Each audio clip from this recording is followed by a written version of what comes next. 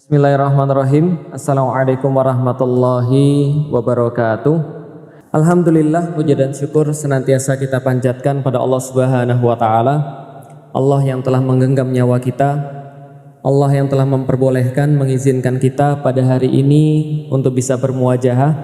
Allah masih menitipkan ruh kita setelah Allah mengambilnya malam tadi, dan kita dipersilahkan untuk melakukan amal-amal soleh pada hari ini, mulai tadi sholat subuh, kemudian kita berkumpul di sini, kita mendengarkan nama-nama Allah disebut, nama Rasulnya disebut, dan kita memohon kepada Allah bahwa kesemua ini menjadi timbangan-timbangan yang nanti akan memberatkan amal-amal kita kepada keridhaan Allah Subhanahu wa ta'ala. Salat dan salam semoga tercurah dan terlimpahkan kepada baginda Nabi besar Muhammad sallallahu alaihi wasallam, bagi siapapun yang menjadi keluarga beliau, bagi kepada siapapun yang menjadi sahabat-sahabat beliau, tabi'in, tabi'ut tabi'in, dan siapapun yang mencintai Nabi Muhammad sallallahu alaihi wasallam. Mudah-mudahan kita semua termasuk barisan-barisan di belakangnya yang senantiasa mencoba yang terbaik untuk mengikuti sunnah Nabi besar Muhammad sallallahu alaihi wasallam. Dan kita senantiasa berdoa bagi diri kita semuanya, bagi pengurus-pengurus di Masjid Al-Muttaqin, wabil khusus kepada Bu Guru Ummah, dan juga yang bersama dengan beliau para pengurus-pengurus daripada kajian muslimah, juga pada pengurus-pengurus masjid, kepada guru-guru kita semuanya, dan tentu saja pada para jamaah. Mudah-mudahan Allah menerima setiap amal-amal kita, Allah ampuni setiap dosa-dosa kita, Allah jaga keluarga-keluarga kita, dan Allah kumpulkan kita semua sekeluarga nanti di surganya Allah. Amin. Alhamdulillah, ibu-ibu sekalian yang saya dirahmati Allah, bunda-bunda salehah, dan juga tidak ketinggalan bapak-bapak yang soleh, walaupun bapak-bapak jumlahnya masih seperti itu saja ya. Alhamdulillah, nggak apa-apa. Memang dunia zaman sekarang itu harus dipimpin oleh ibu-ibu sepertinya ya. Nanti ibu-ibu yang akan menghasilkan anak-anak yang soleh dan solehah, yang nanti di masa depan nanti akan mengubah kondisi kaum muslimin jadi lebih baik. Karena kenapa? Sudah saya sampaikan sejak awal, kata ummah itu dibangun daripada kata artinya adalah ibu, artinya adalah bunda. Artinya tidak mungkin kita bisa menghasilkan umat Islam kalau kita tidak pernah membenahi ibu-ibu terlebih dahulu. Maka coba sadar nggak sih ibu-ibu sekalian, memang betul Allah itu mewajibkan jihad pada laki-laki, tapi yang mati syahid pertama itu laki-laki atau perempuan? Perempuan. Allah mewajibkan jihad pada laki-laki, yang mati syahid adalah perempuan. Allah memilih manusia untuk mendampingi Rasulullah Sallallahu Alaihi Wasallam menjadi orang yang pertama kali masuk Islam, itu laki-laki atau perempuan? Perempuan. Karena itulah ibu-ibu sekalian yang dirahmati Allah, menjadi perempuan berarti mempunyai sebuah tanggung jawab yang lebih, yaitu ibu-ibu sekalian tidak hanya harus menyelamatkan diri sendiri, tapi ibu-ibu harus menyelamatkan suaminya, menyelamatkan anak-anaknya, menyelamatkan keluarganya, bersama-sama menuju pada surganya Allah. Orang-orang bilang memang laki-laki itu pemimpin, tapi kita semua sudah tahu, walaupun laki-laki itu pemimpin, tapi yang ngambil keputusan di dalam keluarga biasanya laki-laki atau perempuan? Perempuan yang mempengaruhi laki-laki. Makanya di balik seorang laki-laki yang kuat itu ada perempuan yang lebih kuat. Kenapa? Karena memang ibu-ibu sekalian itu sebenarnya yang mempengaruhi di dalam keluarga. Mudah-mudahan kita niatkan pada Allah, kajian-kajian kita ini bisa membantu agar keluarga-keluarga muslim ini menjadi lebih baik. Dan saya sudah bahas dari awal, ibu-ibu sekalian masih ingat bahwasanya Islam itu adalah perubahan. Dan kalau kita bicara tentang perubahan, maka perubahan itu tidak mungkin kecuali diawali daripada perubahan yang bersifat non fisik, perubahan yang bersifat tidak terlihat, atau bahasa fikihnya adalah perubahan iman. Iman adalah segala sesuatu yang berada di dalam diri kita, bukan yang terlihat di luar. Salat itu urusan amal soleh, puasa itu urusan amal soleh, apalagi zakat itu urusan amal soleh, sedekah itu urusan amal soleh. Tapi itu semuanya adalah hasil daripada sesuatu yang tidak terlihat, yaitu namanya iman. Kalau imannya sudah ada, semuanya beres. Sebaliknya kalau imannya tidak ada, maka semuanya pasti berantakan. Walaupun terlihat baik-baik saja. Terlihatnya sholat, terlihatnya dia puasa, terlihatnya dia zikir, terlihatnya dia sodakoh, tapi dia nggak punya iman, maka cepat atau lambat pasti itu akan menghasilkan suatu masalah. Paham Bapak Ibu sekalian? Maka kita tidak heran kalau kita melihat ada orang yang dia dipaksa oleh bapak ibunya ngafalin Quran, sementara dia nggak ngerti kenapa dia ngafalin Quran. Maka banyak saya lihat fenomena-fenomena anak zaman sekarang. Ada sekitar 12-13 orang di tahun yang lalu 2022 itu para penghafal Quran, kemudian mereka murtad. Para penghafal Quran kemudian mereka justru jadi nggak percaya sama Allah. Kenapa? Karena ngafal Quran itu adalah bagian daripada amal soleh, bukan bagian daripada iman. Hasil yang kelihatan bukan yang tidak terlihat. Sedangkan yang lebih penting kita beresin, yang lebih penting kita benahi sebelum segala sesuatunya adalah iman. Maka saya selalu jelaskan kepada ibu-ibu sekalian, Rasulullah itu pernah mengutus salah seorang sahabat namanya Mu'adz bin Jabal. Maka ketika beliau mengutus Mu'adz bertanya, "Ya Rasulullah, apa yang harus saya lakukan nanti di Yaman tempat saya diutus?" Maka Rasul katakan, "Hendaklah kamu mengajak manusia untuk mengucapkan kalimat syahadat, yaitu ajarkan pada mereka iman." Setelah itu apa ya Rasulullah? Kata Rasulullah, setelah itu baru kamu ajak mereka untuk sholat. Berarti orang yang bisa sholat hanyalah orang-orang yang beriman. Kalau orang-orang yang gak beriman pasti malas-malesan. Kalau orang-orang gak beriman taraweh, lalu kemudian kebetulan dia belum buka puasa, belum makan, lalu kemudian imamnya bilang alif lam mim, wah Al-Baqarah nih lama nih. Nah, itu kalau orang-orang yang kurang imannya. Tapi kalau orang-orang yang imannya kuat, maka dia siap untuk berdiri tegak ketika dalam taraweh. Kenapa? Karena dia mikir, ya Allah, untung di bulan Ramadan aku dikasih ibadah tambahan, yaitu adalah taraweh. Yang di tempat-tempat yang lain, di waktu-waktu yang lain, aku nggak pernah dikasih ibadah tambahan. Cuma 30 hari aja, sayang banget. Nanti setelah selesai Ramadan ada yang mau taraweh lagi, nggak boleh. Nanti setelah selesai Ramadan, ibu-ibu taraweh, dosa malah. Kenapa? Karena nggak disuruh. Maka itu adalah beda orang beriman sama orang nggak beriman. Berarti yang kita harus benahi betul-betul di dalam diri kita adalah yang goib itu, yang tidak kelihatan itu, iman. Karena iman itu yang membuat orang bisa segala-galanya. Ya ayyuhalladzina amanu kutiba alaikumusiyam, wahai orang-orang yang beriman, yuk kita melakukan puasa. Itu kata Allah. Lah kalau orang-orang beriman kira-kira mau puasa atau enggak? Jawaban pertama ketika ada orang yang bukan muslim, ketika saya jelasin tentang puasa, mereka bilang, nggak mati ya Pak? Emang nggak haus? Emang nggak lapar? Ngapain sih lapar-laparan? Ngapain sih haus-hausan? Wajar karena dia tidak beriman. Yang lucu ada orang muslim tapi di bulan puasa santai aja ketika dia nggak melakukan puasa, santai aja ketika dia nggak makan. Berarti apa? Ada problem di dalam dirinya. Apa problemnya? Iman. Sama kayak keluarga. Kenapa seorang laki-laki mudah main tangan? Kenapa seorang laki-laki mudah maki-maki istrinya? Kenapa seorang laki-laki mudah sekali untuk kasar pada istrinya? Masalahnya adalah apa? Iman.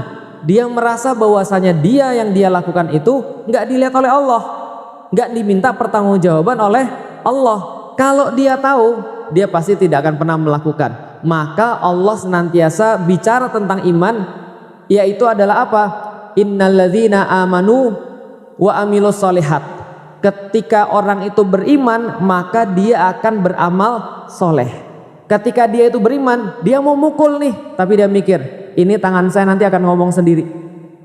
Nanti ketika nanti di waktu yang tidak ada keraguan lagi, saya yakin banget ada yaumil qiyamah. Ketika saya mukul misalnya istri saya atau anak saya dengan kasar, maka tangan saya akan diminta pertanggungjawaban. Bukan hanya tangan saya diminta pertanggungjawaban, badan saya bisa jadi habis-habisan. Kenapa? Karena dia punya iman.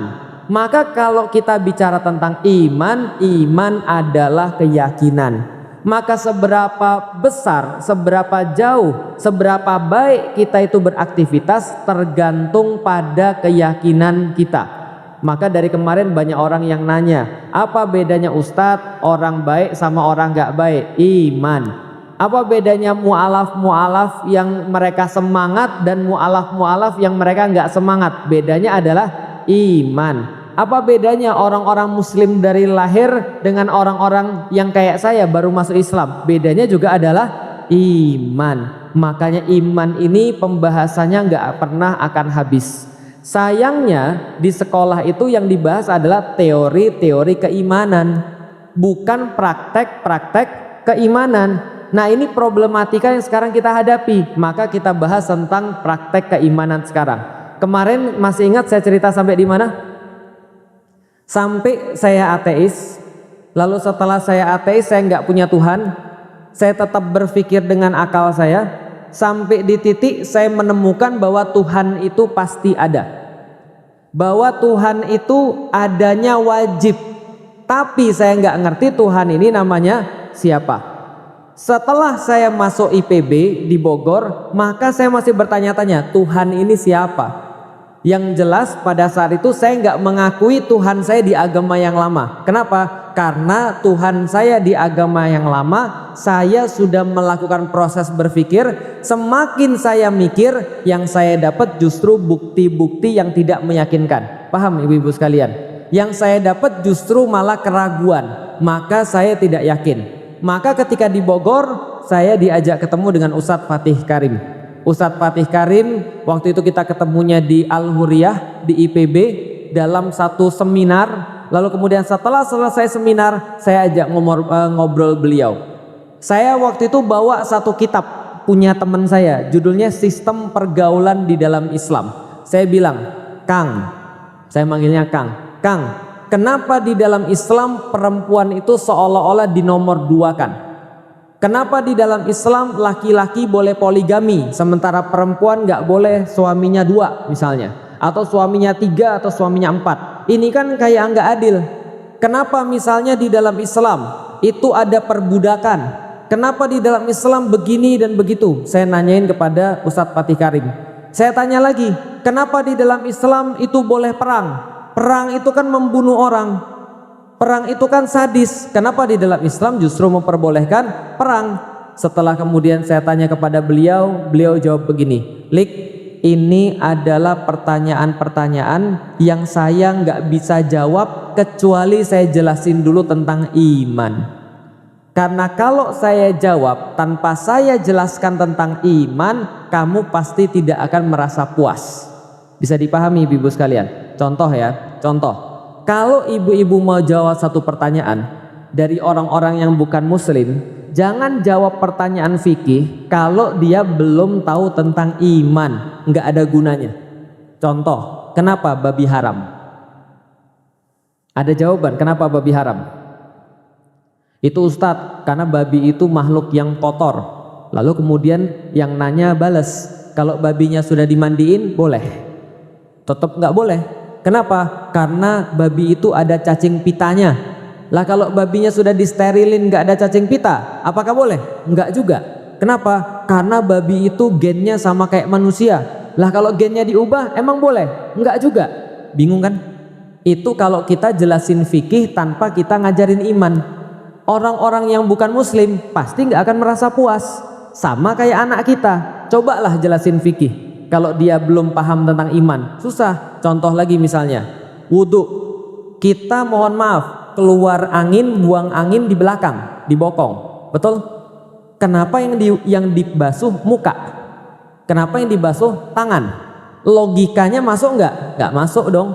Orang yang buang angin di belakang, harusnya yang dibasuh yang di belakang juga. Tapi kenapa ketika kita buang angin yang dibasuh muka kita, yang dibasuh tangan kita? Cobalah jelasin itu tanpa orang paham iman, susah. Maka Ustadz Fatih bilang kita harus ngobrol dulu tentang yang lebih dasar, yaitu adalah iman, baru bisa amal soleh. Oke, kalau gitu kapan kita diskusi, Kang? Kita diskusi hari Kamis. Kamu datang aja di rumah saya nanti ba'da Isya. Kamis kemudian saya datang ke rumah beliau ba'da Isya. Ternyata diskusi ini nanti akan berlangsung sampai subuh. Jadi bayangin, jadi ba'da Isya sampai subuh diskusi kita. Kita makan enggak, cuma pergi ke WC aja. Nah, jadi kita diskusi dari Isya ba'da subuh. Bahasnya tentang apa? Bahasnya tentang Islam. Semua pertanyaan-pertanyaan yang saya punya kemudian saya tanyakan pada beliau. Beliau juga menjelaskan Islam kepada saya. Maka kemudian pertanyaan beliau pertama pada saya adalah, Lik, menurutmu Tuhan itu ada atau enggak? Saya jawab, saya firm, saya yakin, saya pasti Tuhan itu ada. Kok kamu bisa yakin Tuhan itu ada? Saya bilang, saya mikir, makanya saya yakin Tuhan itu ada. Kenapa? Tidak mungkin, Kang, alam semesta ini tercipta secara kebetulan kalau Tuhan tidak ada. Terlalu banyak hal-hal yang rumit. Pada diri manusia saja itu rumitnya minta ampun. Kemarin sudah saya jelasin kan? Mau saya jelasin lagi yang lebih rumit lagi? Atau yang sama rumitnya? Coba lihat ya. Badan manusia ini, ibu-ibu pikir semuanya diciptakan gitu-gitu aja, nggak ada perhitungan? Enggak, semua ada perhitungan. Kalau orang-orang desain, kalau orang-orang matematik, mereka nyebutnya the God ratio. Mereka sebut rasio Tuhan, perbandingan Tuhan. Berapa perbandingan Tuhan? Perbandingan Tuhan itu ada dalam angka Fibonacci. Apalagi itu, makanya dulu matematika tolong jangan di skip ya. Itu ada dalam angka Fibonacci atau pi. Tahu pi? 3,14 sekian. Itu adalah pi. Dapatnya pi itu dari mana? Ya dari angka Fibonacci itu. Angka Fibonacci itu apa? Angka Fibonacci adalah angka yang diperoleh dari penjumlahan dua angka sebelumnya. Bingung kan? Oke, saya kasih tahu. Ini angka Fibonacci. 1, 1, 2, 3, 5, 8. 8 tambah 5 13. 13 tambah 8 21. Terus menerus begitu. Jadi 1 tambah 1 2, 1 tambah 2 3, 2 tambah 3 5, 3 tambah 5 8, 8 tambah 5 13, 13 tambah 8 21. Terus menerus begitu. Gampangnya adalah 3:2. Nah, itu paling gampang. Seluruh badan kita itu perbandingannya 3:2. Enggak percaya? Lihat ya. Lihat tangan saya. Dari sini, dari ujung lengan sampai ke ujung jari. Dengan siku sampai ke ujung jari itu sama atau enggak? Sama atau enggak? Enggak sama. Lebih panjang mana? Dari ini sampai ke lengan atau dari lengan sampai ke ujung tangan? Lengan sampai ujung tangan. Lengan sampai ujung tangan itu 3 dan ini dari lengan sampai ujung tangan itu 3, sedangkan dari siku sampai ke ujung tangan itu 2. Paham sampai di sini? Itu perbandingannya tetap 3:2. Contoh lagi, nih lihat nih, dari sini nih, dari pergelangan tangan sampai ke ujung tangan itu 3, dari sini sampai ke sini itu 2, 3/2. Artinya apa? Semuanya sama. Dari ujung ubun-ubun sampai dengan ke dagu itu 3, dari bawah hidung sampai ke dagu itu 2, sama 3:2. Gigi itu juga 3:2, semuanya 3:2. Pohon itu jumlah percabangannya itu 1, 2, 3, 5, 8, 21 dan seterusnya. Itu juga sama, God ratio. Detak jantung manusia bunyinya gimana? Dek dek atau dek dek? Ada dek yang pendek, ada dek yang panjang, betul? Dek yang pendek dengan dek yang panjang kalau dibagi 3:2. Hebat kan ya? Gigi manusia sama, tangan manusia, jari manusia, ruas-ruas dalam jari manusia, semua kaki sampai ke bawah, sampai lutut sampai ke bawah, itu semua 3:2. Berarti yang buat kita kira-kira iseng-iseng atau rumit? Rumit, detail. Bisa dipahami teman-teman sekalian. Ini salah satu contoh. Maka ketika saya ditanya, Tuhan ada atau enggak? Saya jawab, Tuhan pasti ada. Kenapa? Karena saya ada dan saya terlalu rumit untuk tercipta secara tiba-tiba, maka Tuhan pasti ada. Ustadz, ada cara bodoh nggak Ustadz? Kalau cara pintar kayaknya saya nggak nyampe Ustadz. Bisa, karena agama itu bukan hanya untuk orang yang pintar, tapi agama pasti untuk orang yang cerdas. Dan nggak ada satupun manusia yang nggak cerdas. Buktinya apa? Seorang badui Arab desa, jadi orang deso, itu pernah ditanya, kamu yakin gak Tuhan itu ada? Sama kayak Felix ditanya, kamu yakin gak Tuhan itu ada? Maka seorang Arab Badui berkata, ada, pasti. Loh, kok kamu tahu? Apakah dia sudah belajar matematika, angka Fibonacci? Dia sudah belajar tentang sel, kayak kemarin saya jelasin belajar tentang biologi? Enggak. Lalu dia bilang, kenapa saya yakin Tuhan itu ada? Tadi Arab Ndeso tadi, ayat Arab Badui tadi menunjuk kepada, mohon maaf, tahi unta. Dia menunjuk pada tahi unta. Lalu kemudian dia bilang, kamu lihat tahi unta? Yang nanya, iya saya lihat. Maka Arab Badui menjawab, itu tahi unta menandakan bahwa pernah ada unta di situ. Paham? Nggak mungkin tiba-tiba tahinya ada di situ, untanya nggak pernah ada.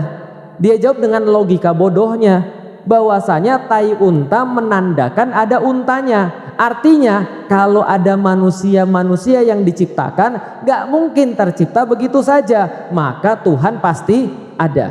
Mau cara rumit sudah saya kasih, mau cara gak rumit juga sudah saya kasih, versi Arab Ndeso.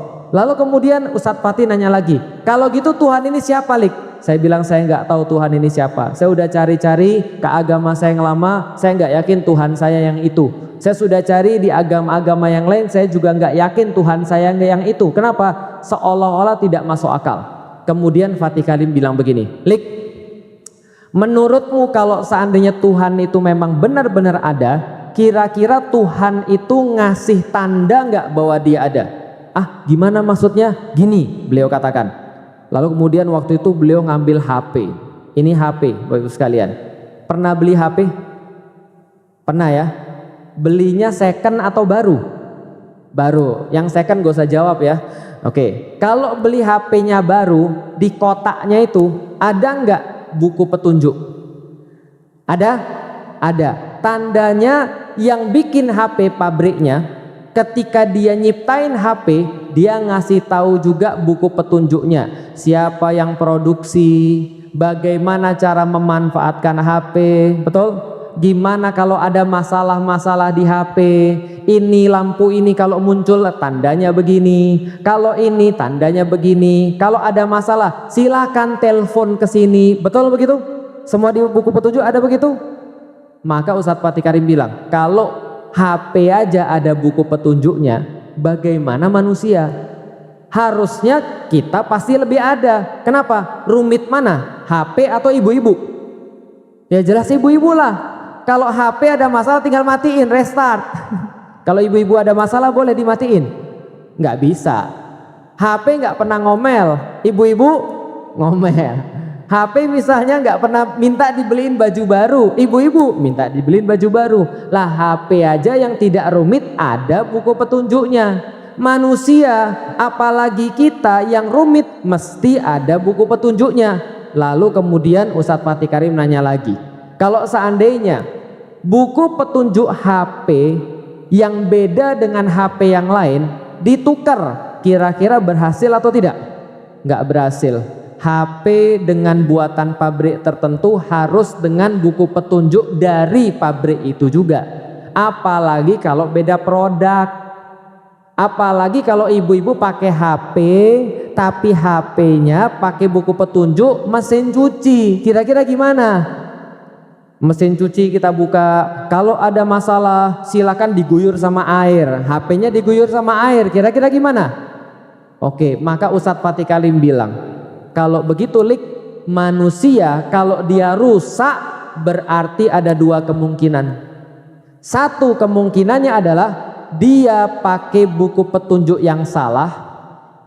Yang kedua, punya buku petunjuk tapi nggak dibaca. Paham ibu-ibu sekalian? Oke, maka kalau Tuhan itu ada berarti kita tahu Tuhan itu dari mana? Buku petunjuk. Buku petunjuk. Lalu saya bilang, oke kalau gitu, saya udah baca buku petunjuk saya dan saya yakin Tuhan itu bukan di dalam buku petunjuk agama saya yang lama. Maka Ustadz Fatih Karim bilang, nah karena itulah yuk kita baca Al-Quran. Maka dibukalah Al-Quran di depan mata saya pada saat itu. Dan karena saya belum bisa baca Al-Quran, berarti Ustadz Fatih Karim yang baca Suratul Fatihah. Suratul Fatihah, surat apa namanya? Al-Baqarah. Al-Baqarah ayat pertama, Alif Lam Mim hanya Allah yang tahu maknanya, kita nggak tahu maknanya. Setelah alif lam mim apa? Dzalikal kitabu la raiba fi hudal lil muttaqin. Maka kemudian Ustadz Fatih Karim membacakan dzalikal kitab, kitab ini la raiba fi. Apa arti la raiba? Tidak ada keraguan. Raib bukan hanya keraguan, tapi raib artinya adalah tidak ada cacat, tidak ada kurang, tidak ada kebimbangan, tidak ada keraguan, tidak ada pertentangan, tidak ada kekacauan, alias kitab ini perfect. Bisa dipahami Bapak Ibu sekalian, kitab ini perfect. Kenapa tidak dikatakan dzalikal kitabu kamil misalnya, kitab ini sempurna misalnya? Di dalam bahasa Arab itu ada dua cara menyatakan sesuatu. Kalau kita bilang bahwasanya saya ganteng, itu berarti ada kemungkinan yang lain juga ganteng atau ada yang lebih ganteng. Tapi kalau saya bilang tidak ada yang lebih ganteng daripada saya, berarti saya ganteng sendirian. La roib itu penekanan, bahwasanya tidak ada kekacauan, tidak ada keburukan, tidak ada pertentangan, tidak ada keraguan, tidak ada kekacauan, semua tidak ada, alias benar-benar hebat dan tidak ada lagi yang lebih hebat daripada kitab ini. Pikiran saya apa? Baru kenalan, baru Fatihah, baru Al-Baqarah, baru ayat yang kedua, udah nyombong kitabnya. Dzalikal kitabu la raiba fi hudal lil muttaqin. Kitab ini tidak ada keraguan di dalamnya. Kitab ini sempurna, nggak ada yang lain yang sempurna. Yang lain pasti ada salah, yang lain pasti ada pertentangan, yang lain pasti ada perbaikan, yang lain pasti ada kekacauan, pasti ada sesuatu kebimbangan dan keraguan. Kitab ini tidak. Saya bilang gini, mohon maaf Ustadz, mohon maaf Kang. Setahu saya tidak ada satupun buatan manusia itu sempurna. Karena kita juga nggak sempurna. Mana mungkin kalau gitu kitab ini sempurna? Belum apa-apa udah debat. Baru ayat kedua udah debat. Lalu kemudian Fatih Karim bilang, iya masalahnya ini Al-Quran bukan buatan manusia. Hah? Bukan buatan manusia? Jadi buatan siapa? Masa Tuhan nurunin langsung kepada dari langit kepada orang? Itu lebih nggak masuk akal. Beliau agak sabar orangnya ya. Untung waktu itu saya nggak langsung diusir gitu ya. Lalu kemudian beliau berkata, iya ini memang bukan seperti turun dari langit, tapi ini diwahyukan. Nanti saya ceritakan. Karena gini Bapak Ibu sekalian, wajar nggak kalau saya mikir bahwa Al-Quran yang buat manusia? Wajar nggak? Wajar. Karena ketika saya belajar, ketika di SD, SMP, SMA, apa kitab suci agama-agama? Tripitaka, kitab suci agama Buddha, Weda Buddha, Tripitaka Hindu, gitu kan ya. Apalagi Injil Kristen dan Katolik, Muslim Al-Quran misalnya. Lantas dari situ saya meyakini, oh berarti kalau Injil kan yang nulis manusia, Tripitaka juga, Weda juga, berarti Al-Quran juga yang nulis manusia. Wajar nggak saya mikir begitu? Wajar. Ternyata katanya ini bukan dari manusia, bukan, tapi ini dari Tuhan pencipta semesta alam. Saya bilang Tuhan yang nyiptain manusia yang super sempurna itu, yang bisa nyiptain manusia sampai detail-detail yang saya sudah belajar itu. Beliau bilang iya, buktinya apa? Biasa kan ya, kalau orang nggak punya bukti nggak yakin, kalau orang nggak punya ilmu nggak yakin. Maka beliau langsung sampaikan dalam surat yang sama, dalam ayat yang berbeda. Kalau tadi Al-Baqarah ayat 2, sekarang beliau bacakan surat Al-Baqarah ayat ke-23. Apa bunyinya? Wa in kuntum fi raibim mimma nazalna ala abdina fa'tu bi suratim mim mithlih.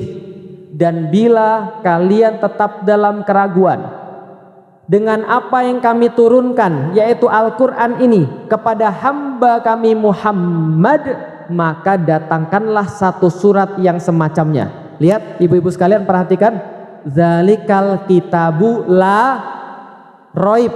Roib tadi sudah tahu artinya kan ya.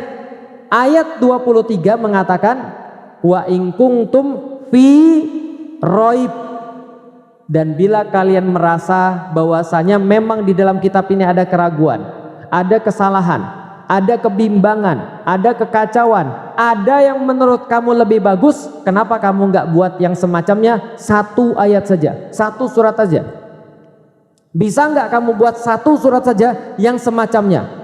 Lalu kemudian saya bilang, ini emang ada berapa surat Kang? Ada 114 surat. Yang paling pendek surat apa? An-Nas lumayan panjang loh. Surat favorit Anda ketika sholat subuh apa? Wal asr. Innal insana lafi khusr illal ladzina amanu wa amilus solihati wattawasau bil haqqi wattawasau bis sabr. Itu termasuk yang paling pendek. Betul begitu? Tapi ibu-ibu sekalian, ibu-ibu tahu nggak, surat Al-Asr itu yang ibu-ibu remehkan sebagai surat paling pendek itu, yang kita sering baca ketika sholat subuh biar kita bisa cepat tidur lagi, itu menurut para ulama tafsir adalah, kalau andaikan semua Al-Quran tidak diturunkan dalam bentuk 30 juz yang kita kenal sekarang, tidak 114 surat yang seperti kita tahu sekarang, tidak berjumlah 6.236 ayat seperti yang kita tahu sekarang, cukup satu surat yang menggantikan seluruh Al-Quran, karena posisinya surat ini, satu surat ini seperti biji tanaman yang berpotensi untuk menghasilkan tanaman yang sama. Jadi kalau ibaratnya yang namanya Al-Quran itu pohon, maka satu surat ini itu kayak biji yang bisa menghasilkan tumbuhan yang sama. Cukup satu yang gantiin. Surat apa? Al-Asr. Padahal kita nggak tahu kan ya. Kok bisa begitu? Ini ayat luar biasa. Ulama-ulama bahas minimal 4 jam bahas tafsir yang paling sederhana tentang surat Al-Asr. Kenapa? Surat ini isinya luar biasa, berisi tentang nasihat pendek tapi nyelamatin orang daripada neraka. Itu surat Wal Asr. Bukan karena gini Ustadz, belakangnya tuh R semua. Wal Asr. Innal insana lafi khusr illal ladzina amanu wa amilus solihati wattawasau bil haqqi wattawasau bis sabr. R semua. Betul begitu? Iya, itu salah satunya. Tapi tidak hanya itu. Karena manusia itu kalau dia lagi mau buat sesuatu yang bagus perkataannya, biasanya dia ngorbanin maknanya. Tapi kalau dia mau buat maknanya mudah diterima, dia biasanya ngorbanin yang namanya keindahannya. Betul begitu? Makanya kalau kita buat puisi kadang-kadang aneh rasanya. Kenapa? Karena kita ngejar belakangnya sama. Pagi-pagi pergi ke pasar, di pasar beli ikan, apalagi yang R ya di belakangnya ya. Mungkin kita tidak pernah berjumpa sebentar. Oh, ini jadi aneh maknanya karena kita ngejar tadi semuanya belakangnya R dan belakangnya I. Paham ibu-ibu sekalian? Al-Quran itu semua bisa jadi dibuat indah, lafaznya indah, rimanya indah, iramanya indah, tapi hasilnya bagus. Contoh, ada seorang munafik yang dia ngaku nabi ketika zamannya Rasul, yang berusaha menjawab tantangan Al-Quran buat yang semacam dengan Al-Quran. Dan kisahnya ini tentang surat Al-Asr. Namanya Musailamah Al-Kadzab. Siapa namanya? Musailamah Al-Kadzab. Nama aslinya Musailamah, tapi gara-gara sering ngibul, gara-gara sering nipu, gara-gara ngaku nabi, dia punya gelar Al-Kadzab, sang pendusta. Paham ibu-ibu sekalian? Musailamah suatu hari mendengarkan surat Wal Asr, innal insana lafi khusr. Wah, belakangnya R semua, dalam maknanya, ditadaburi lama, dapat lagi. Bahkan sampai sekarang ulama-ulama tafsir nggak selesai menafsirkan surat Wal Asr karena saking dalam maknanya, dapat terus. Nah, kemudian Musailamah ini bilang, dia berjumpa dengan Khalid bin Walid dan dia berjumpa dengan Amru bin As. Khalid dan Amru termasuk orang yang otaknya cerdas di atas rata-rata. Maka Musailamah lalu kemudian ketika ketemu mereka, Amru bin As bilang, Musailamah, kamu tahu nggak, Muhammad baru dapat satu surat, keren banget. Apa nama suratnya? Wal Asr. Musailamah bilang, saya tahu, memang bagus, tapi saya juga baru dapat wahyu dari Allah. Saya juga baru dapat surat dari Allah. Gimana bunyinya? Wal Wabr. Innaka uzunani wassadr sa'iruka hafrun nakar. R semua bagus kalau kita dengar, tahu artinya. Wal wabar, demi kelinci wal wabar. Innaka uzunani wassadr, padamu terdapat telinga yang panjang dan dada yang membusung. Sa'iruka hafrun nakar, di sekelilingmu ada bekas galian daripada tanah. Paham ibu sekalian? Amr bin As tertawa terbahak-bahak, lalu bikin syair yang lebih bagus daripada itu. Lalu dia bilang, wahai Musailamah, kita semua tahu bahwa engkau mengetahui bahwasanya apa yang engkau katakan itu lebih buruk daripada apapun yang engkau bayangkan, tapi engkau masih coba-coba mendatangkan yang kamu kira lebih bagus. Amr bin As bilang sama Khalid, Khalid, kita masuk Islam yuk, kita ke tempatnya Nabi Muhammad. Bayangkan, Amr bin As, orang yang kecerdasannya di atas rata-rata, yang mendapatkan gelar pemuda Arab karena kecerdasannya hebat luar biasa. Khalid bin Walid yang paling pintar ilmu perangnya masuk Islam gara-gara surat Al-Asr. Sementara kita pakai itu di sholat subuh supaya cepat selesai sholat. Ini ayat luar biasa. Ini surat luar biasa. Makanya ketika Allah mengatakan datangkan satu surat yang semacamnya, bahkan yang sependek wal asr saja, itu Musailamah nggak bisa mendatangkan yang semacamnya. Ini luar biasanya Al-Quran. Pertanyaannya, kenapa Al-Quran tidak ada yang bisa mendatangkan yang semacamnya? Karena orang-orang Arab pada saat itu sangat yakin dan sangat merasa hebat dengan syair mereka. Bayangkan ibu-ibu sekalian, orang Arab itu setiap tahun latihan syair. Setiap tahun latihan syair dan tanding syair. Bagaimana tanding syair mereka? Coba bayangin. Mau kita simulasi tanding syairnya orang Arab, tapi pakai bahasa Indonesia. Kayak gini kira-kira ya. Kalau saya buat satu puisi atau satu syair, ibu-ibu harus nyambut, tapi tidak boleh menggunakan kata yang sama. Demi bulan yang cahayanya bersinar, ketika memenuhi kegelapan malam, aku terpana melihat wajahmu, karena wajahmu seperti cahaya di tengah-tengah kegelapan. Berarti ibu harus balas, tapi nggak boleh pakai kata sinar, nggak boleh pakai kata bulan, nggak boleh pakai kata gelap, nggak boleh pakai kata apa lagi, wajah, dan seterusnya. Oke, saya balas menurut kontestan berikutnya. Demi lautan yang dalamnya tidak terkira, karang-karang yang keras serta bertaburan dengan pasir-pasir yang banyak. Lalu dia mikir lagi, tadi wajah nggak boleh, apalagi ya? Aku melihat keindahan badanmu. Wah, tadi sudah keindahan sudah saya sebut, berarti kamu kalah. Kira-kira kayak gitu.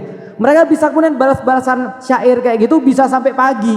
Dan karena penguasaan mereka terhadap kata-kata itu luar biasa, mereka benar-benar hebat dan merasa bangga dengan kemampuannya bersyair. Syair yang menang di tahun itu yang paling bagus dipajanglah di Ka'bah. Itu orang-orang Arab pada zaman dulu. Tapi begitu Al-Quran turun, itu orang Arab ternganga-nganga, terpesona. Yang sudah saya ceritain kan ya, bagaimana Al-Akhnas bin Syarik, lalu kemudian Abu Jahal, lalu kemudian Abu Sufyan, sampai 3 malam dengerin Al-Quran berturut-turut terpesona. 3 malam dengerin Al-Quran dari ba'da isya sampai dengan subuh. Bayangin, mereka dengerin Al-Quran dari kapan? Ba'da isya sampai subuh. Di situ kakinya terpaku kayak orang yang nonton drama Korea, lagi nonton seri-seri episode tanggung ustadz, tanggung ustadz, tanggung ustadz. Nah, orang kafir Quraisy dulu begitu. Paham ibu-ibu sekalian? Ibu-ibu kalau sudah maraton K-drama itu dari isya sampai subuh mungkin atau tidak? Mungkin. Orang saya lihat teman saya sendiri ngabisin Squid Game dalam satu malam, dalam beberapa hari maraton dia. Season 1, season 2, season 3, masing-masing season ada 11, masing-masing episode ada 45 menit. Kaliin aja 45 menit kali 11 kali 5 season. Maraton. Kenapa? Wah, udah mau berhenti tapi ternyata nanggung nih. Mau berhenti, wah nanggung nih. Mau berhenti lagi, wah ini kayaknya dia mau mati nih. Lagi mau berhenti lagi, wah dia lagi berada dalam bahaya nih. Kan gitu kan ya? Mereka dengar Al-Quran tuh kayak gitu. Mereka orang Arab, mereka hafal ratusan syair-syair yang bagus, bisa buat syair-syair yang bagus. Begitu mendengarkan Al-Quran, mereka bilang, hadza laisa qaulun bashar. Ini pasti bukan ucapan manusia. Bahkan Abu Jahal aja yang paling keras penentangannya terhadap Nabi, mereka katakan juga begitu. Ini bukan ucapan manusia. Ini pasti dari Tuhan. Bahkan Walid bin Mughirah yang sangat pintar syair, dia katakan kalau ada jin bisa bersyair dan jin itu punya syair, Walid bin Mughirah pasti mengetahuinya. Tapi ini bukan ucapan manusia, bukan pula ucapan jin. Ini adalah datang dari luar jin dan manusia, pasti datang dari Tuhan. Paham sampai di sini Bapak Ibu sekalian? Jadi ketika Allah mengatakan di dalam Al-Quran, wa in kuntum fi raibim mimma nazalna ala abdina fa'tu bi suratim mim mithlih, datangkanlah satu surat yang semacamnya. Efeknya di hati saya, gila, tadi nyombong, sekarang nantang. Paham ibu-ibu sekalian?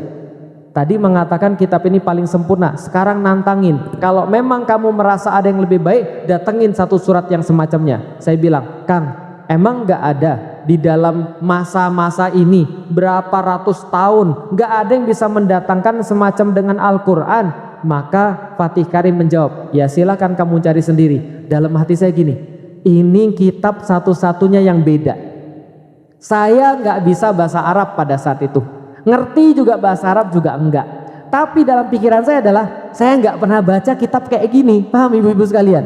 Saya nggak pernah baca buku kayak gini. Saya pernah baca Alkitab, saya pernah baca Weda, saya baca Tripitaka, walaupun nggak lengkap seperti saya baca Alkitab, tapi satu-satunya kitab yang nantangin, yang benar-benar merasa meyakinkan bahwa ini dari Tuhan, ini cuma ini. Seolah-olah kalau kita beli HP, lantas kemudian kita dapat buku petunjuk, di buku petunjuknya itu ada mereknya, merek Samsul gitu kan ya, misalnya authorized seller Samsul, ada kemudian hologramnya. Paham ibu sekalian? Ini satu-satunya punya bukti, punya segel.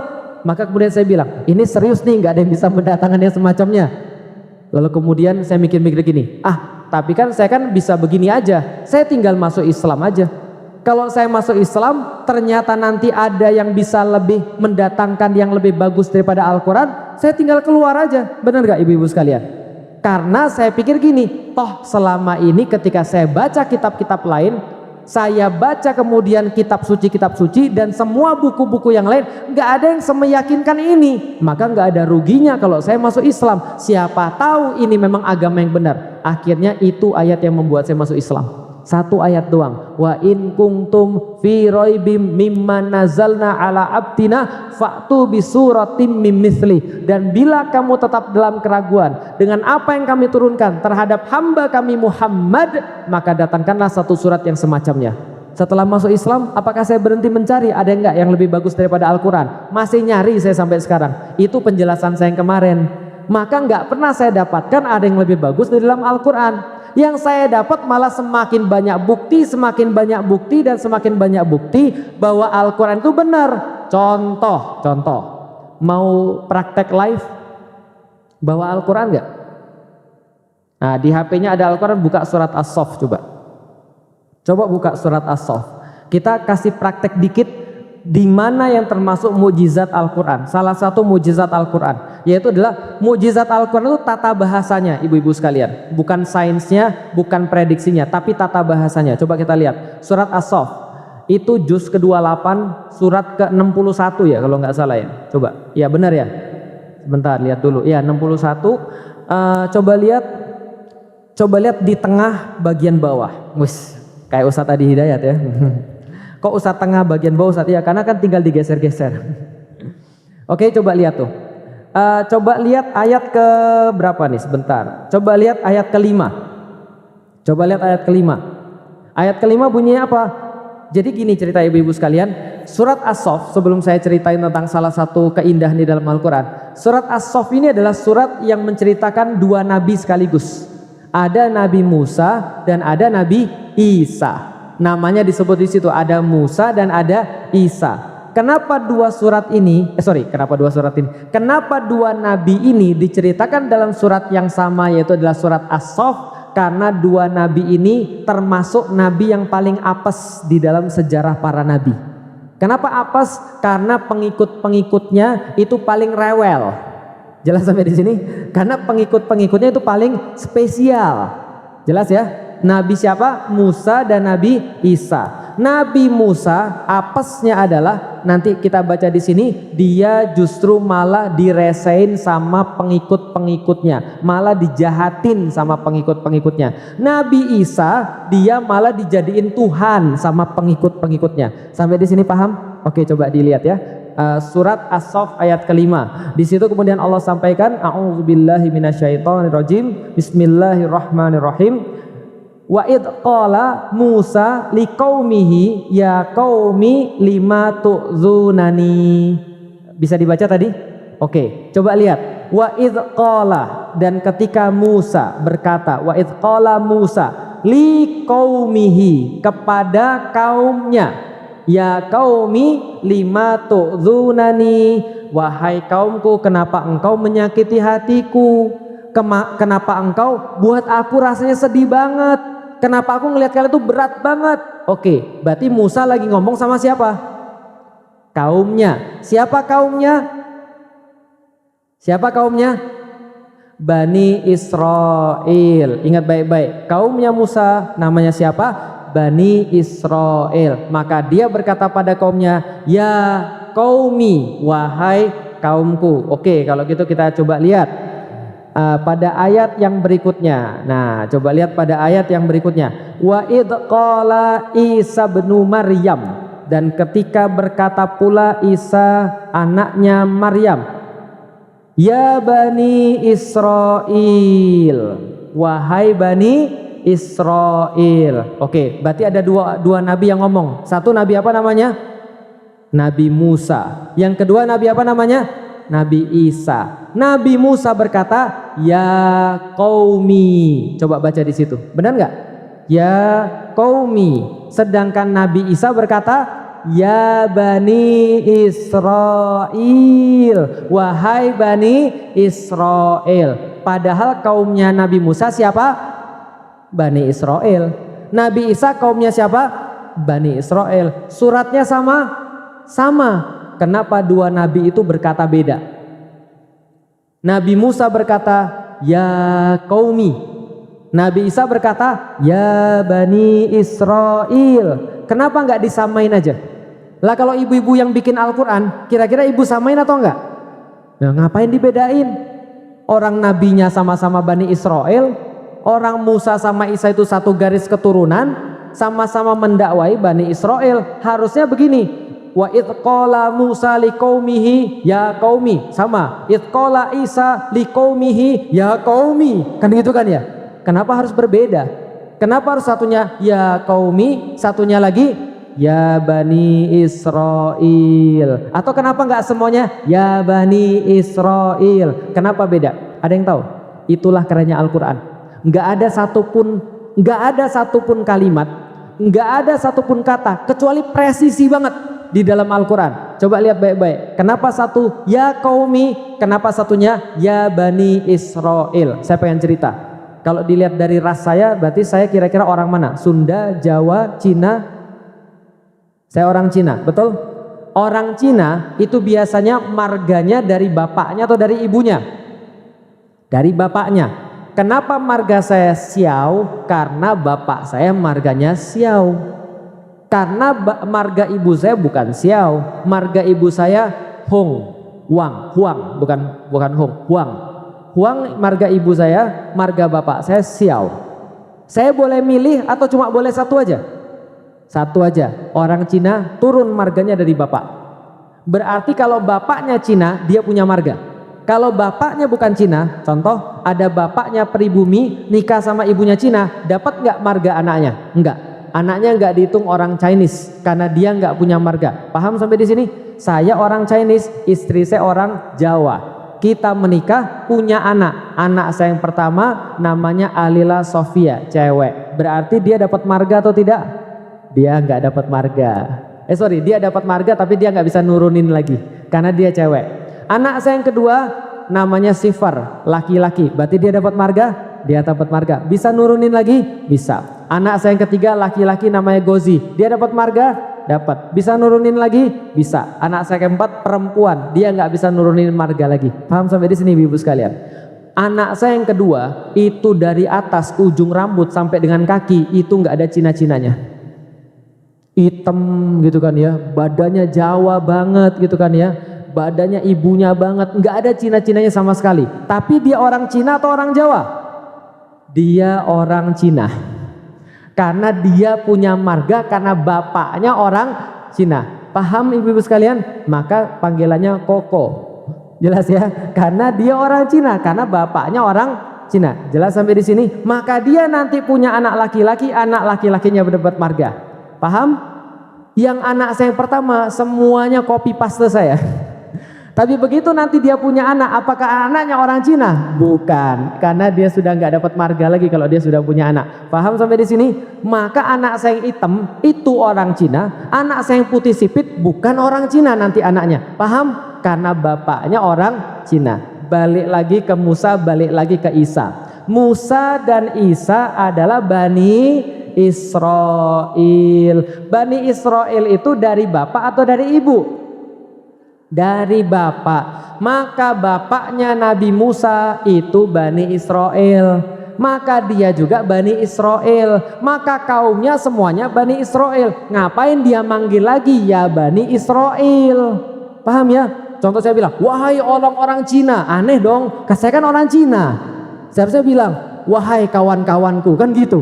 Wahai kaumku, kan gitu. Betul? Nah, tapi Ustadz bilang Isa juga Bani Israel. Harusnya dia juga manggil Bani Israel dong. Oke, coba lihat di sini. Inilah detailnya Al-Quran. Detailnya Al-Quran. Bapaknya Musa orang apa? Bani Israel. Bapaknya Isa orang mana? Isa punya bapak. Maka Isa tidak bisa mengklaim bahwa dia Bani Israel.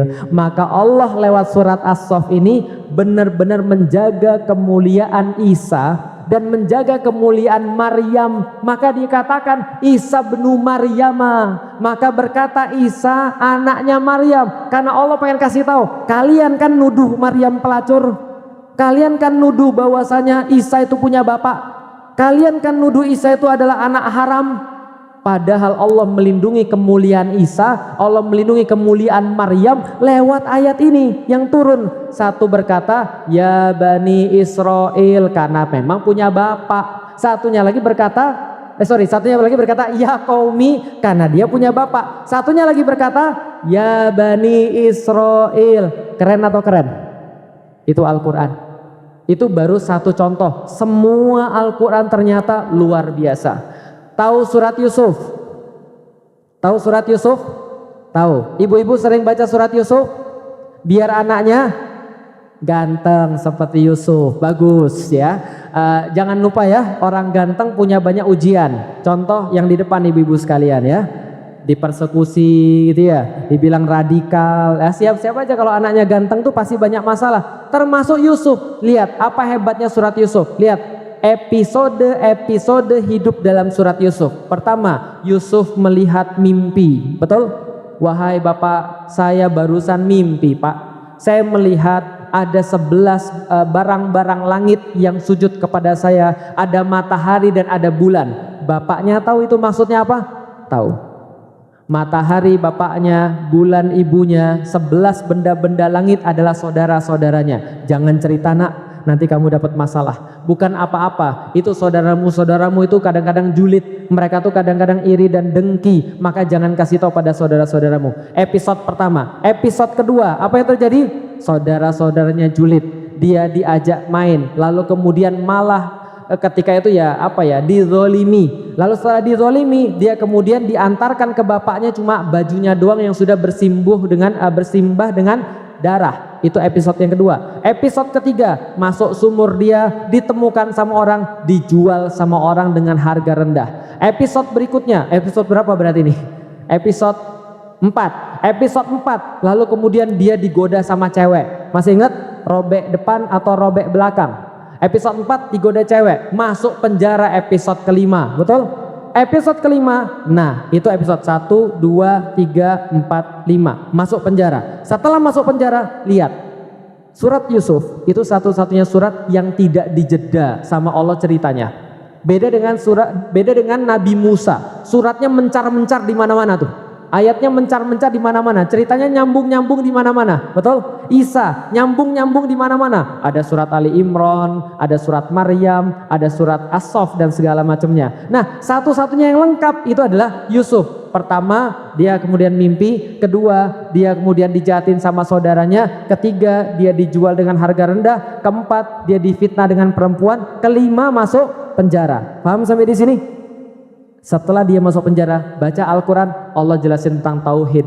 Berimanlah kepada Allah, jaga tauhidnya, jaga imannya, jangan berharap selain pada Allah. Itu titik baliknya. Setelah titik baliknya, setelah kemudian jelasin tentang keimanan, balik lagi tentang apa? Iman, kunci daripada seluruhnya. Setelah jelasin tentang iman, lihat, keluar daripada penjara. Betul? Karena dia punya mimpi, bisa mengartikan mimpinya raja, keluar dari penjara. Masuk penjara, keluar dari penjara. Ini kayak tengah-tengahnya iman. Masuk penjara, episode 5, episode ke-6-nya keluar dari penjara. Tadi episode 4-nya masih ingat apa episode 4? Dituduh berzina. Episode 7, dibersihkan namanya dari zina. Bagus ya. Episode ketiga tadi apa? Dijual. Dia jadi kemudian bendahara negara. Dari dijual jadi bendahara negara. Dari turun jadi kemudian orang hebat. Episode 2 tadi apa? Dijolimi sama saudara-saudaranya. Balik lagi bikin rencana kepada saudara-saudaranya. Pas banget. Dizolimi saudara, dia kemudian yang sekarang gantian untuk membuat rencana bagi saudaranya. Lalu kemudian balik lagi, mimpinya terbukti. Wahai bapakku, inilah arti mimpinya. Bapaknya dikembalikan penglihatannya setelah buta ketika menerima baju bersimbah darah. Balik lagi ke atas, dia juga kasih bajunya. Benyamin, ini baju saya, kasih ke bapak. Bapaknya bilang, saya nyium baunya Yusuf. Masya Allah, itu kayak sutradaranya itu ya. Itu kayak namanya sekarang adalah ring skenario. Itu itu begitu. Masuk ke atas. Ternyata nggak hanya ada di dalam surat Yusuf, ada di dalam di dalam ayat kursi itu juga ada. Sama itu juga ring skenario. Semua di dalam Al-Quran itu luar biasa. Oke, mau tahu lagi keajaiban di dalam Al-Quran? Ini yang termasuk yang paling hebat. Nih sekarang saya nanya, kita sudah berapa lama kajian? Tadi jam berapa kita mulai? Jam 9-an kita mulai, betul? Mulai dari Alhamdulillah saya sebut. Alhamdulillah, puji dan syukur kepada Allah. Pertanyaan saya sederhana. Siapa yang bisa niruin ucapan saya dari awal saya buka pengajian sampai 5 menit ke depan aja? Niruin persis. Kalau bisa, Anda saya kasih hadiah. Ada yang bisa? Jangankan Anda, saya aja udah lupa. Paham ibu-ibu sekalian? Jangankan Anda, yang kita baru omongin setengah jam yang lalu aja kita udah lupa semuanya. Pertanyaannya, Al-Quran turun berapa tahun? Al-Quran turun dari Rasul berumur 40 tahun, Rasul wafat umur 23 tahun Al-Quran turun. Dan tidak ada satupun kesalahan pengucapan, tidak ada satupun kesalahan istilah di dalam Al-Quran. Padahal 23 tahun. Lah kita 5 menit lalu ngomong apa aja lupa. Kok bisa Nabi Muhammad ngomong 23 tahun, setelah ngomong selesai nggak ada editing, nggak ada hapus ganti, nggak ada kemudian kita revisi, nggak ada kemudian perbaikan. Itu Al-Quran jadi dari lisan Rasulullah SAW dari tahun pertama sampai tahun 23, nggak ada edit. Itu sendiri aja sudah membuat kita harusnya mikir, mungkin gak itu dibuat oleh manusia? Paham ibu-ibu sekalian? Tidak mungkin. Maka saya bilang, semakin saya belajar Islam, yang saya dapat bukannya Islam tuh malah meragukan, malah bertambah-tambah. Bisa dipahami ibu sekalian? Kemarin ada seorang profesor masuk Islam, dia bilang, kenapa saya beriman pada Nabi Muhammad? Para ulama membahas karena Nabi Muhammad begini, karena Nabi Muhammad begitu. Dia bilang, enggak, saya cuma punya satu hal yang membuat saya yakin dengan Nabi Muhammad, yang membuat saya masuk Islam. Dia bilang apa? Peristiwa ketika Nabi Muhammad itu sedang kehilangan anaknya Ibrahim. Tahu Nabi Muhammad pernah punya anak laki-laki? Namanya Ibrahim. Ibrahim meninggal. Setelah meninggal terjadi gerhana bulan tuh. Orang-orang pada kacau semua. Wah, ini gara-gara Ibrahim meninggal. Ini adalah sebuah tanda-tanda yang sangat luar biasa karena Ibrahim meninggal. Orang zaman dulu sukanya glorifikasi, sukanya memperbesar masalah. Wah, keren kan, anakku mati langsung gerhana, gitu kan ya. Maka dia bilang, kalau Muhammad ini nabi palsu, maka dia akan menggunakan kejadian itu untuk menaikkan citra dirinya. Benar kan? Inilah kehebatan aku. Kenapa aku itu nabi? Anakku mati aja, ini gerhana bulan langsung terjadi. Maka kalau kalian bantah sama aku, kalian bisa jadi kemudian bahaya dan celaka. Kan gitu. Tapi apa kata Nabi Muhammad ketika anaknya wafat dan terjadi gerhana bulan? Nabi mengumpulkan semuanya untuk sholat. Setelah mengumpulkan semuanya untuk sholat, panjang sholat Nabi. Kemudian Nabi bilang sama seluruh manusia, wahai manusia, tidak ada hubungan antara kematian seseorang dengan peristiwa gerhana bulan ini, tapi semua ini hanyalah kekuasaan Allah Subhanahu wa Ta'ala. Maka takutlah kepada Allah, bertawakallah kepada Allah. Begitu kan? Maka dia bilang, saya masuk Islam. Karena ini tanda bahwa Muhammad itu nabi betul. Enggak mengglorifikasi, enggak memanfaatkan keadaan untuk keuntungan pribadinya. Ini nabi betul. Paham kira-kira saya Ibu sekalian? Semakin kita belajar tentang Islam, semakin banyak dapat ilmu, semakin banyak dapat bukti, tahu Al-Quran tidak ada kesalahan di dalamnya. Artinya adalah apa? Kalau Al-Quran tidak ada kesalahan di dalamnya, semua yang ada di dalam Al-Quran pasti benar. Paham sampai di sini? Semua Al-Quran 6.236 ayat semuanya benar, sampai ada yang bisa menjawab tantangan Al-Quran. Oke, berarti ini jawaban ini membuat saya masuk Islam dan membuat saya percaya dengan apapun yang disampaikan dengan Al-Quran, karena Al-Quran sudah saya buktikan kebenarannya. Oke, sekarang saya mau nanya, ibu-ibu sudah pernah pergi ke Turki? Belum? Mau pergi ke Turki? Mau. Sudah ada yang pernah? Satu kali aja pernah pergi ke Turki? 1, 2, 3. Oke ibu-ibu sekalian, ibu siapa namanya bu? Ibu Ali. Ibu Eli. Ibu Eli pernah pergi ke Turki sekali. Saya pernah pergi ke Turki di atas 30 kali. Berarti menurut ibu-ibu sekalian, kalau Bu Eli ngasih tahu tentang Turki dengan saya ngasih tahu tentang Turki, mana yang ibu-ibu lebih percaya? Karena saya sudah lebih daripada 30 kali pergi ke Turki. Jelas sampai di sini ibu-ibu sekalian? Artinya adalah apa? Kadang-kadang kita itu tidak perlu langsung lihat. Kadang-kadang kita tidak perlu harus langsung ke sana, tapi cukup percaya dengan sumber yang benar. Cukup percaya dengan sumber yang benar. Paham maksudnya? Yang maksudnya tadi adalah kita nggak perlu harus lihat neraka. Kita nggak perlu harus lihat bahwasanya ada orang-orang tuh yang disiksa gara-gara mereka tuh nggak beriman pada Allah. Kita tuh nggak perlu harus kemudian langsung disiksa untuk tahu bahwa disiksa tuh nggak enak. Tapi kita cuma perlu membaca di dalam Al-Quran dan kita yakin karena Al-Quran tidak mungkin salah. Paham sampai di sini ibu sekalian?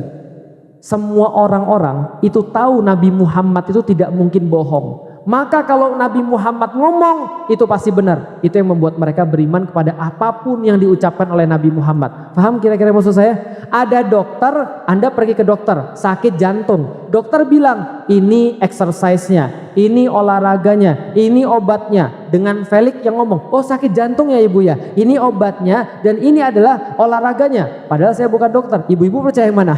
Dokter dong. Kenapa? Karena saya nggak punya ilmunya. Maka kita nggak usah lihat neraka, tapi kita tahu Al-Quran itu pasti benar. Kenapa Al-Quran pasti benar? Tidak ada yang mendatangkan yang semacamnya. Paham sampai di sini ibu-ibu sekalian? Maka pertanyaan yang dua kajian yang lalu, sekarang ibu-ibu bisa jawab. Harusnya bisa jawab. Saya tanya lagi ya. Pertanyaan 2 kajian yang lalu. Masih ingat? Kenapa ibu Islam? Karena Islam agama yang benar. Bagus. Tahu dari mana Islam agama yang benar? Dari Al-Quran. Kenapa percaya dengan Al-Quran? Karena tidak bisa ada yang mendatangkan yang semacamnya. Selesai, nggak ada lagi pertanyaan lagi. Jelas ya? Itu sudah final, selesai, nggak ada lagi pertanyaannya. Maka ketika kita baca Al-Quran, kita tuh jadi belajar. Kita tuh jadi yakin untuk tidak melakukan itu. Contoh misalnya, ibu-ibu tahu surat Ar-Rahman? Tahu surat Ar-Rahman? Bagus atau enggak? Bagus bacaannya. Kadang-kadang di bulan Ramadan surat yang paling sering diminta sama imam untuk dibaca adalah surat Ar-Rahman, gitu kan ya. Tapi kira-kira artinya itu serem atau indah? Indah atau serem? Bagi saya ketika imam baca surat Ar-Rahman itu agak beban saya. Kenapa? Karena surat Ar-Rahman itu kalau ibu mau tahu sejarahnya, surat Ar-Rahman itu diturunkan di tahun 11 atau tahun 12, mungkin tahun 12, mendekati hijrah. Kenapa? Karena Rasulullah sudah berdakwah puluhan tahun di kota Makkah dan orang-orang di Makkah masih pala batu. Pala batu mereka, malah makin parah, batu kepalanya. Mereka malah makin mengolok-olok Nabi. Muhammad, katanya lu punya orang dalam. Kira-kira malaikat itu jenis kelaminnya apa ya? Laki-laki atau perempuan? Gitu. Apalagi katanya, Muhammad, katanya kamu punya koneksi dengan Tuhan Allah ya. Coba datangkan kepada kami azab gitu. Kami mau tahu azab tuh kayak apa. Kayak gitu mereka. Paham ibu-ibu sekalian? Malah makin batu mereka. Maka sebelum Allah turunkan surat Qul ya ayyuhal kafirun, pertanyaan terakhir yang Allah kirimkan pada mereka adalah surat Ar-Rahman, Allamal Quran, Khalaqal Insan, Allamahul Bayan. Dan kemudian di situ Allah tanya 31 kali, Fabi ayyi alai rabbikuma tukadziban. Bagian mana yang kalian rasa Allah kurang ngasih kepada kalian? Bagian mana lagi yang Allah nggak kasih ke kalian? Bukankah kalian harusnya bersyukur? Allah sebutin semuanya. Bagian mana lagi Allah tanyakan? Dan di dalamnya apa? Di dalamnya ada cerita tentang orang-orang yang diazab oleh Allah. Allah di dalam surat Ar-Rahman ngasih tahu ada surga dan ngasih tahu ada ancamannya neraka kalau mereka nggak mau ngikutin Rasul setelah ini. Apa? Ayat yang paling serem bagi saya adalah yatufuna alaihim yatufuna bainaha wa baina hamimin an. Itu ayat yang paling ngeri bagi saya. Kenapa? Di situ diceritakan salah satu siksaan pada orang-orang ahli neraka adalah mereka disuruh tawaf. Yatufuna bainaha wa baina hamimin an. Ibu-ibu tahu ada pohon gorkot di dunia? Kalau di akhirat itu namanya pohon zakum. Tahu pohon zakum? Pohon zakum itu pohon yang bijinya dari api neraka. Yang ketika dia tumbuh itu akarnya masih di neraka yang paling dalam.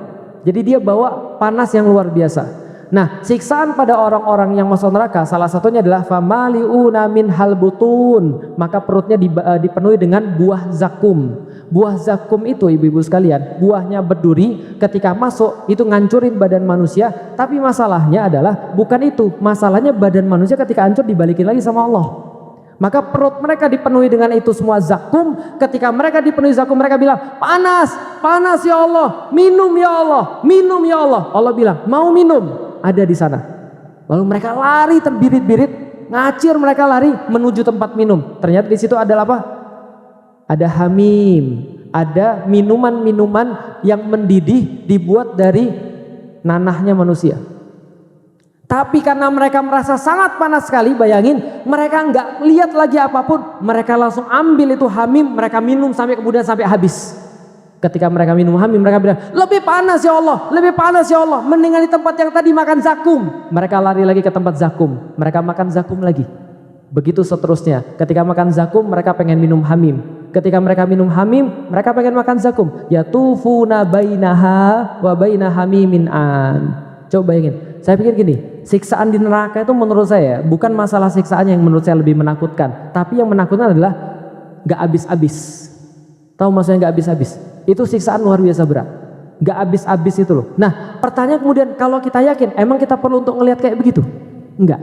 Maka dari sekarang kita merasa, ya Allah, kita ingat dosa-dosa kita ketika bulan Ramadan. Kita berharap apa? Ya Allah, cepat Ramadan ya Allah.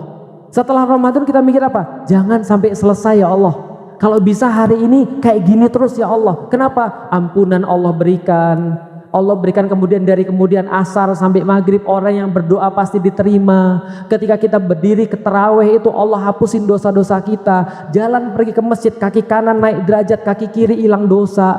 Lailatul Qadar, imanan wahtisaban, kita benar-benar yakin dengan ampunan Allah dan kita benar-benar ngitung dengan ibadah-ibadah kita. Allah ampuni seluruh dosa-dosa kita. Apa kurang nggak beruntung? Kenapa orang mau Ramadan? Karena iman. Nggak perlu ngelihat langsung. Kita nggak perlu ngelihat langsung surga. Ketika kita disampaikan oleh Allah surga, di dalamnya ada semua yang kamu inginkan, buah-buahan yang tidak terputus, kebahagiaan-kebahagiaan yang tidak bertepi, dengan keluarga-keluarga, semuanya balik muda, tidak ada yang pakai ingusan, tidak ada yang sakit, tidak ada yang kemudian orang yang lemah, semua di surga balik dalam keadaan baik-baik saja, dan dalam keadaan yang hebat seperti itu. Allah bilang, wahai hamba-hambaku, gimana di surga? Semua hamba-hambanya bilang, ya Allah, ini yang Engkau janjikan kepada kami ya Allah. Untung kami sabar ya Allah.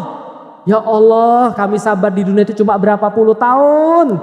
tapi kami di sini dibalas segala-galanya. Allah tanya lagi, masih tersisa kesedihan kalian di dunia? Gak ada ya Allah, gak ada kami ingat kesedihan di dunia. Padahal di dunia dia dizolimi, di dunia orang utang gak bayar, di dunia dikata-katain orang, di dunia difitnah-fitnah orang. Gak ada ingat sama sekali dia ketika di surganya Allah. Lalu Allah bilang, oke, kalau gitu hamba-hambaku, mau gak yang aku kasih lebih bagus daripada ini semua? Hah, ada yang lebih bagus daripada surga? Iya, ada yang lebih bagus daripada surga. Maka kemudian Allah bilang, ayo sini hamba-hambaku, kalian boleh melihat aku tanpa hijab setiap sepekan sekali. Maka ketika kemudian Allah kumpulkan seluruh penduduk surga, kemudian Allah buka tabir, kemudian seluruh melihat wajahnya, maka mereka berkata, gak ada lagi kebahagiaan melebihi daripada kami melihat wajahnya Allah. Dan bagi penghafal Quran, mereka boleh melihat Allah tidak hanya sepekan sekali. Bagi penghafal Quran, Allah boleh mereka agar melihat Allah setiap waktu tanpa jeda. Masya Allah kan? Itu kemudian orang, kita perlu nggak untuk melihat itu semua? Enggak. Dari sekarang aja kita udah yakin bahwasanya surga itu Allah sediakan bagi orang-orang yang beriman. Bisa dipahami Bapak Ibu sekalian. Maka keimanan terhadap Al-Quran itulah yang membuat kita mengimani Allah, mengimani Rasul, mengimani kemudian malaikat, mengimani kemudian yaumil kiamah, qada wal qadar. Bisa difahami sampai di sini Bapak Ibu sekalian? Itulah kenapa saya masuk Islam. Keimanannya bertanggung jawab. Kenapa? Masuknya dari akal. Kalau masuknya dari akal, maka tidak ada satupun yang bisa ngeluarin Anda daripada Islam kecuali dua. Satu, Anda gila, bisa keluar daripada Islam. Paham Bapak Ibu sekalian? Bisa Anda keluar kalau Anda gila. Yang kedua, Anda bisa keluar daripada Islam kalau Anda sudah mulai nggak jujur dengan pemikiran Anda. Paham sampai di sini Bapak Ibu sekalian? Maka Allah berkali-kali bilang di dalam Al-Quran bahwasanya hanya orang-orang yang berpikir itu akan mendapatkan iman. Betul begitu? Inna fi khalqis samawati wal ard waqtilafil laili wan nahar la ayati liulil albab. Sesungguhnya dalam penciptaan siang dan malam, sesungguhnya dalam penciptaan langit dan bumi, silih bergantinya malam dan siang, terdapat tanda-tanda keberadaan Allah bagi mereka yang berpikir. Sebaliknya, yang gak berpikir, Allah gak wajibkan beriman. Maka kalau ada orang lagi gak puasa, kita harus husnudzon. Kita harus husnudzon. Kalau ada laki-laki di bulan puasa Ramadan tapi gak puasa, kita husnudzon. Jangan-jangan dia sudah hilang akal. Kalau orang hilang akal gak disuruh apa-apa. Anak-anak kita belum balik disuruh puasa? Enggak sholat boleh? Boleh. Jadi kalau Anda mau gak sholat, Anda mau gak puasa, ya berarti harus hilang akal. Jadi paham Ibu sekalian. Makanya akal di dalam Islam itu dijaga banget. Kenapa? Tanpa akal mereka nggak bisa mendapatkan Allah. Tanpa akal mereka nggak bisa beriman. Tanpa akal mereka nggak bisa taat. Akal itu di dalam kehidupan kayak rem. Jadi kalau misalnya Anda beli mobil tanpa rem, mau? Enggak. Manusia tanpa rem begitu. Lihat anak-anak. Anak-anak akalnya sudah jalan? Belum. Mau ngomong apa aja boleh? Boleh. Malu nggak mereka? Enggak, karena nggak punya akal. Karena akal tuh rem. Akal tuh remnya. Datang ke rumah orang, minta makan dong. Orang-orang bilang, namanya juga anak-anak, kan itu kan ya. Orang-orang pasti maklum. Kenapa? Namanya juga anak-anak. Tapi kalau sudah umur 23 tahun, atau gini, anak-anak ketika terawih lari-larian, ngider segala macam. Anda marah atau enggak? Biasa aja. Ustadz juga bilang, namanya juga anak-anak. Tapi tiba-tiba ada umur 23 tahun ngider ketika bulan puasa, terawih ngider, kira-kira gimana? Nah, mungkin kita berhusnudzon dia sudah hilang akal. Bisa dipahami Ibu sekalian? Baik, ini akhirnya menyimpulkan bahwa tidak ada mukjizat terbaik kecuali Al-Quran. Kalau dulu orang-orang, jadi gini coba ya, terakhir saya ngasih sebuah perumpamaan. Anggaplah begini, ibu-ibu percaya nggak kalau saya nabi? Saya tuh nabi loh Ibu. Percaya atau enggak? Wah, Felix Yao nabi, gitu kan ya. Coba tunjukkan dulu buktinya, betul kan ya? Ibu-ibu pasti nggak akan percaya kecuali kalau saya bawa bukti. Bukti namanya mukjizat. Paham sampai di sini? Kalau ibu-ibu tadi bingung dan merasa wah Ustadz kita sudah gila nih, masa dia bilang dia nabi? Itu sama kayak orang-orang zaman dulu. Musa tiba-tiba bilang, saya nabi. Gimana nggak heboh tuh orang-orang? Hah, Musa nabi?